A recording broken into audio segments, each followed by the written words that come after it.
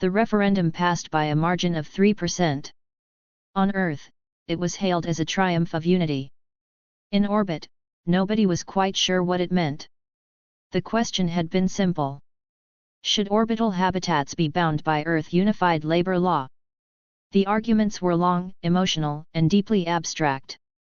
Most voters had never experienced orbital night, nor the particular fear of hearing a pressure alarm echo through a cylinder where there was nowhere to run.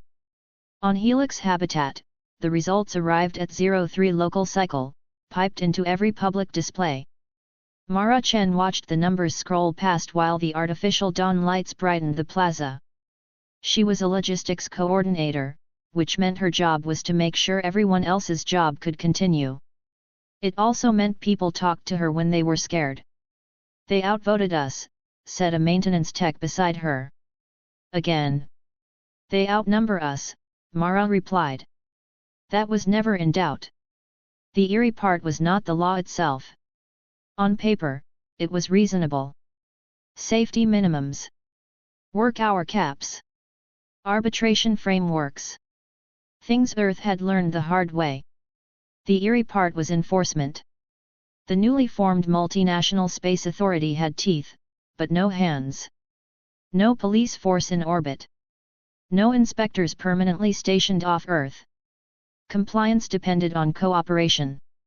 And cooperation depended on legitimacy. On Helix, shifts ran long by necessity. When a system failed, you fixed it.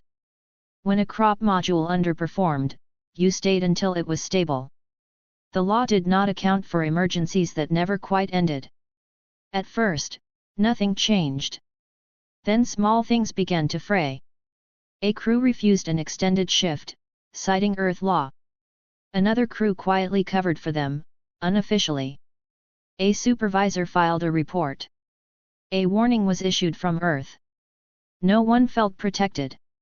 Everyone felt watched. Mara attended a mediation session between two teams who had stopped speaking except through formal channels.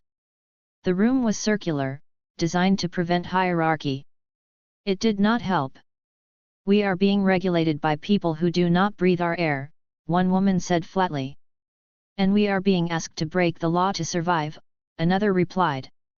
Outside the viewport, Earth hung impossibly distant and impossibly close. A blue authority with a delayed voice. The fracture was not violent. Not yet. It was procedural. Paperwork piled up. Requests for exemptions multiplied. Earth administrators responded with more forms. The first strike happened quietly. A coordinated refusal to load cargo for 6 hours. No slogans. No banners. Just silence. Earth called it illegal. Helix called it inevitable. Mara stood alone later in the plaza, lights dimmed for night cycle, and realized the fear she felt was not of chaos, but of order imposed without presence. Space had made humanity interdependent.